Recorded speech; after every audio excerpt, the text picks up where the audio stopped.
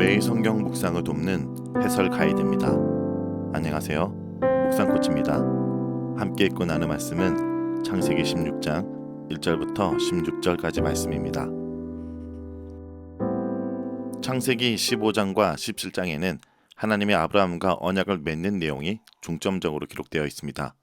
특히 15장과 17장이 아브라함과의 언약으로서 땅과 아들을 주실 것을 확증하는 내용인데, 오늘 본문인 16장에는 아브라함이 하갈을 통해 아들을 얻음으로써 하나님과 맺은 언약에 긴장과 불안감을 조성하고 있습니다.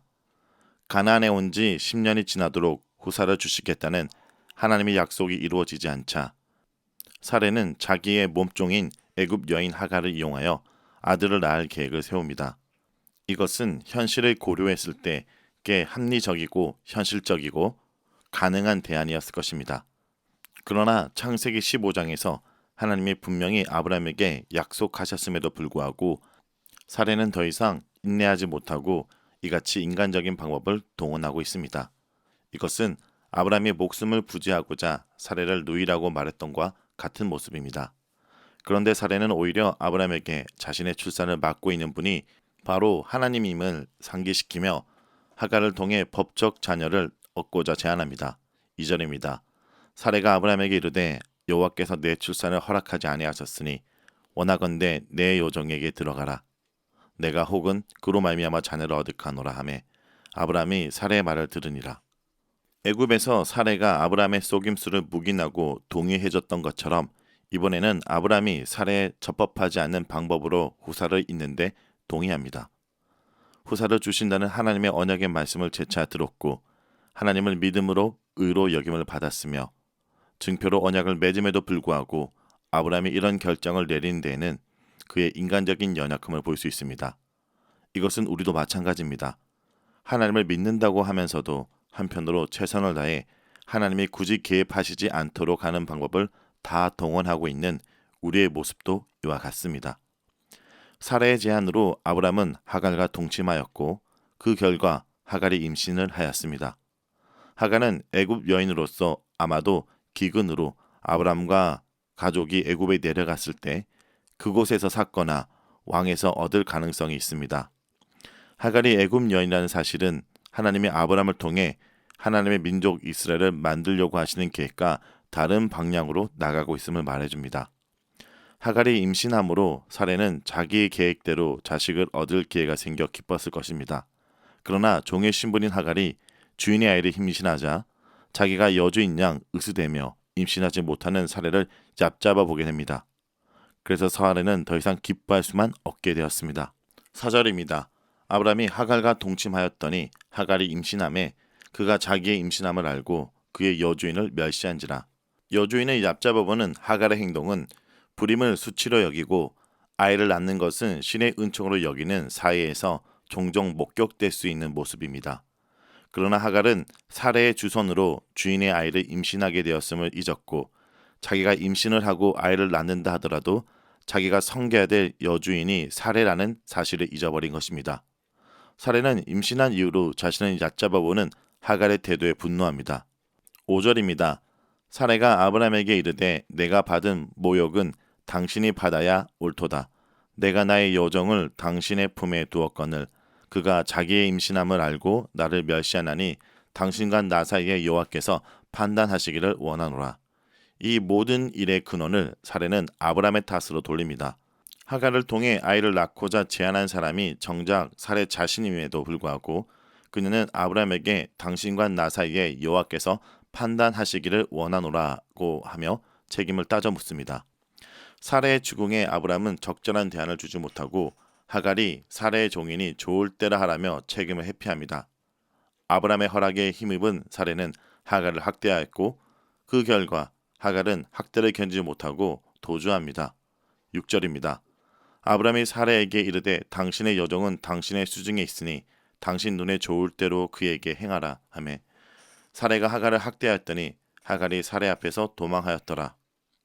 이같이 하갈을 통해 후사를 얻고자 하는 사레의 제안 자체는 현실적이고 이성적인 판단과 계획이었지만 그의 가정에 불화를 일으키는 씨앗이 되었습니다. 이것은 이후 가정의 불화만으로 그치지 않고 이스라엘과 이스마엘 민족 간의 불화의 문제로 이어지게 됩니다. 사례로부터 도망하여 강야에 이른 하갈 앞에 여호와의 사자가 나타나 그녀를 위로하고 갈 길을 알려줍니다. 하갈은 헤브론에서 멀리 남쪽으로 도망하여 술 지역으로 가는 길인데 가데스의 샘에 이르렀습니다. 천사는 사레의 여종 하갈아라고 인사합니다. 이 인사말은 하갈이 사레의 종의 신부님을 상기시킵니다. 천사가 내가 어디서 와서 어디로 가느냐 하며 하갈의 안부를 묻자 하갈은 사레를 피해 도망하는 종이라고만 말합니다. 이 하갈의 답변은 천사의 첫 물음에 대한 대답일 뿐입니다. 천사의 두 번째 물음 어디로 가느냐라는 말에 하갈 자신도 어디로 가야 할지 정확하게 모르기 때문에 대답할 수가 없었습니다. 천사는 갈 길을 몰라 방황하는 하갈에게 사라에게 돌아가 복종하라고 말합니다. 9절입니다. 여호와의 사자가 그에게 이르되 내 여주인에게로 돌아가서 그 수하에 복종하라. 천사가 처음에 하갈을 부를 때 사라의 여종으로 불렀던 의도와 마찬가지로 이번에는 사라를 내 여주인이라 칭하며 하갈로 하여금 자신의 신분을 기억하게 하고 종으로서 사라를 존중하며 그녀에게 복종하는 것이 합당함을 일깨워 줍니다. 하나님의 사자는 하갈이 사라에게 돌아가도록 종용한 후 이스마엘에 대한 하나님의 축복과 장래에 대한 말씀을 전달하십니다. 10절입니다. 여호와의 사자가 또 그에게 이르되 내가 내 씨를 크게 번성하여 그 수가 많아 셀 수 없게 하리라. 놀랍게도 그가 전하는 하나님의 축복은 하나님이 아브라함에게 했던 축복의 말씀과 같이 하갈의 아들을 번성케 하여 그에게 수많은 후손을 주신다는 것입니다. 또한 천사는 하갈이 아들을 낳을 것이며 그 이름을 하나님이 들으셨다는 뜻을 가진 이스마엘로 지으시라고 명령하십니다. 하나님이 하갈의 고통과 아픔을 친히 들으셨기 때문입니다. 하나님은 아브람과 사라의 고통만 들으시는 분이 아니라 인간적으로 미천한 종인 하갈의 고통도 친히 보살피시는 분이십니다. 그래서 그의 사자를 보내어 위로하고 축복합니다. 11절과 12절입니다. 여호와의 사자가 또 그에게 이르되 내가 임신하였은즉 아들을 낳으리니 그 이름을 이스마엘이라 하라. 이는 여호와께서 내 고통을 들으셨음이니라. 그가 사람 중에 들나귀 같이 되리니 그의 손이 모든 사람을 치겠고 모든 사람의 손이 그를 칠지며 그가 모든 형제와 대항해서 살리라 하리라. 여호와의 사자는 이스마엘의 장래에 대해 크게 두 가지를 언급합니다. 첫째, 여호와의 사자가 이스마엘을 들나귀 같이 될 것이라고 말합니다. 이 말은 그가 강야에서 유목민처럼 떠돌아다니며 살게 될 것임을 뜻합니다. 둘째, 이스마엘은 다른 사람들과 교전 관계에 놓이며 그의 형제와도 마찬가지입니다.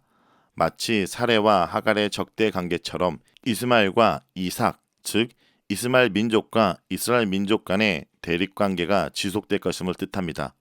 이렇게 하갈은 뜻밖의 장소에서 경험한 초자연적인 존재의 방문과 위로와 약속에 놀라 감동하여 자신에게 말씀하신 이가 여호와라고 생각했고 그를 나를 살피시는 하나님 엘로이라고 칭합니다. 그리고 그가 나타난 샘을 나를 보시는 살아계신 자의 우물 베에르라하이 로히라고 불렀습니다. 하갈에게는 천사의 방문과 아직 태어나지도 않은 이스마엘에 대한 하나님의 축복과 장래에 대한 계시가 사라에게 돌아갈 수 있게 한 큰 동기가 되었습니다. 그리고 하갈은 헤브론으로 돌아와 때가 되어 마침내 아들을 낳았고 아브람은 그의 이름을 이스마엘이라고 불렀습니다. 이로써 천사를 통해 하나님이 하갈에게 하신 말씀이 그대로 이루어졌습니다. 자, 여기까지가 창세기 16장 1절에서 16절까지 내용입니다. 오늘 이 말씀을 통해서 우리는 무엇을 묵상하고 적용해야 될까요? 첫째, 인간적인 방법으로는 문제를 해결할 수 없다는 것을 기억해야 됩니다. 아브라함의 가정에 불화가 생깁니다. 아들이 생기지만 그 아들을 놓고 모두가 기뻐할 수 없었던 이유는 하나님이 원하시는 뜻대로가 아니었기 때문입니다. 사례는 인간적인 방법으로 하갈을 통해 후사를 얻었지만 오히려 하갈에게 멸시를 당합니다. 그 멸시 때문에 사례는 또 하갈을 학대합니다. 또 사례는 아브라함을 탓하며 불평하고 아브라함은 사례가 하갈을 고통으로 몰아가는 일을 허용합니다. 하나님의 방법이 아닌 인간적인 방법으로 선택하자 모두 인간미를 잃어갑니다. 이 모든 불화가 하나님이 이루실 약속을 인간적인 수단으로 대체한 결과입니다. 그러므로 하나님의 일은 인간적인 방법으로 잘하는 것이 중요하지 않고 하나님 방법대로 순종하는 것이 중요한 것입니다.